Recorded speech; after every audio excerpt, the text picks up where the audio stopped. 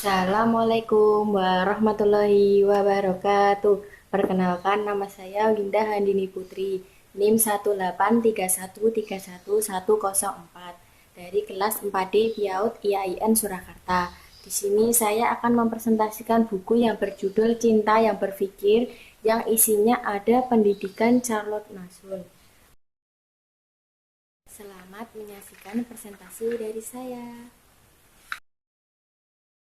Nah, yang pertama yaitu ada metode Charlotte Mason yang sangat fleksibel, dapat dipakai dalam konteks pendidikan formal dan pendidikan informal.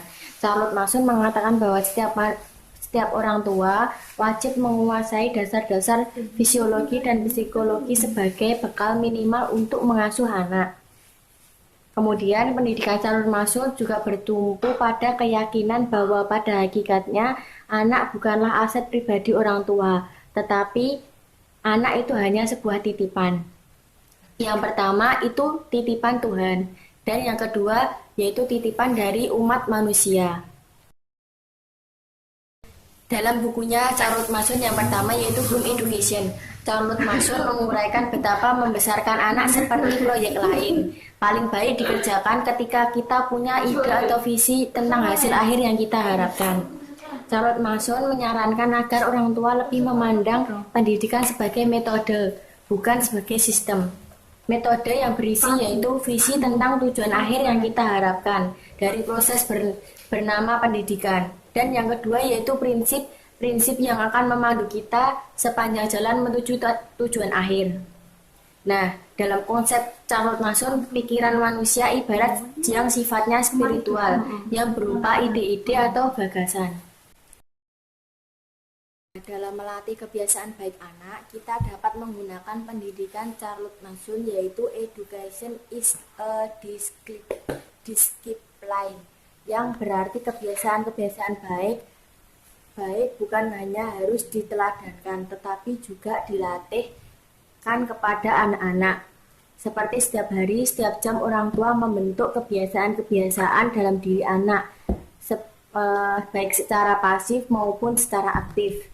Membentuk kebiasaan secara pasif yaitu lewat teladan kehidupan kita sehari-hari, sedangkan jika secara aktif kita lewat disiplin. Charlotte Mason mempunyai dua prinsip yang dinamai dengan the way of the will dan the way of reason. The way of the will artinya kemampuan membedakan antara apa yang aku ingini atau I want dan apa yang aku hendaki atau I will. The way of reason yaitu keterampilan menggunakan daya nalar sembari menyadari batas-batas daya nalar itu. Perbedaan antara pendidikan Charlotte Mason dan Montessori.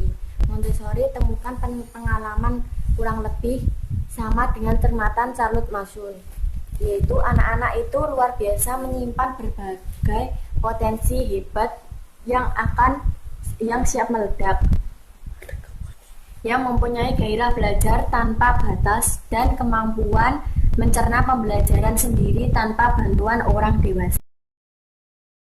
Yang kedua yaitu sumber pengetahuan Montessori berbeda dengan Charlotte Mason, yaitu Montessori menggunakan sumber pengetahuan dengan pengalaman indrawi, sedangkan Charlotte Mason menggunakan sumber pengetahuan dengan akal budinya, indera dan otot, yaitu pelatihan training dan bukan pendidikan atau education.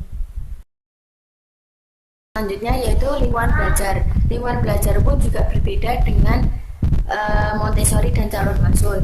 Montessori yaitu menggunakan alat-alat peraga di lingkungan belajarnya, sedangkan Charlotte Mason dengan mengekspos anak pada atmosfer alamiah, jadi untuk mempercepat proses pembelajarannya. Sekian presentasi sedikit pemahaman dari saya yang saya sampaikan tentang pendidikan Charlotte Mason dari buku Cinta yang Berpikir. Sekian video presentasi dari saya. Bila ada salah kata, saya mohon maaf. Wabillahi taufiq wal hidayah. Wassalamualaikum warahmatullahi wabarakatuh.